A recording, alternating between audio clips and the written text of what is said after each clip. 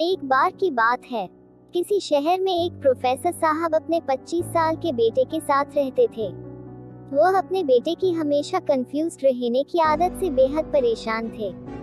उनका बेटा कभी भी सही समय पर कोई काम नहीं करता, कोई निर्णय नहीं ले पाता। इस वजह से कई बार उसकी नौकरी छूटती। लेकिन उसे यह बात समझ ही नहीं आती थी कि जीवन में सही निर्णय कब लिया जाए। प्रोफेसर साहब हमेशा उससे कहा करते, यदि समय पर निर्णय नहीं लोगे तो तुम्हें नुकसान उठाना पड़ेगा। लेकिन बेटे के कान पर जूं नहीं रेंगती। एक दिन प्रोफेसर साहब को एक युक्ति सूझी। उन्होंने अपने बेटे को अपने लैब में बुलाया। बेटा वहां पहुंचा तो उसने देखा कि प्रोफेसर साहब ने एक मेढक मंगवा रखा है। उन्होंने चूल्हे पर एक पतीले में पानी चढ़ाया और उसे उबलने दिया। पानी जब पूरा उबाल गया तो उन्होंने मेढक को उस पानी में डाल दिया।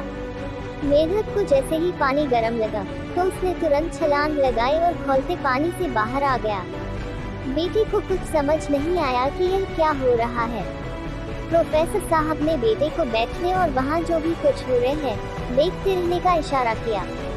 अब उन्होंने एक दूसरे पतीले में पानी लिया, उसने उस मेढक को डाल दिया और पानी को गर्म करने लगे।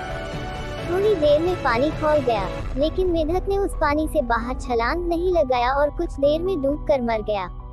बेटे को यह सब देखकर आश्चर्य हुआ। अब प्रोफेसर साहब ने उससे पूछा, बेटे अब जरा बताओ कि पहले मेढक ने बाहर छलांग लगा दी, लेकिन अब वह मर गया, इसका क्या कारण है? बेटा कुछ समझ नहीं पाया। प्रोफेसर साहब ने कहा, पहले जब मेढक को खौलते पानी में डाला गया तो उसे पानी के गर्म होने का एहसास हो गया और उसने छलांग लगा दी।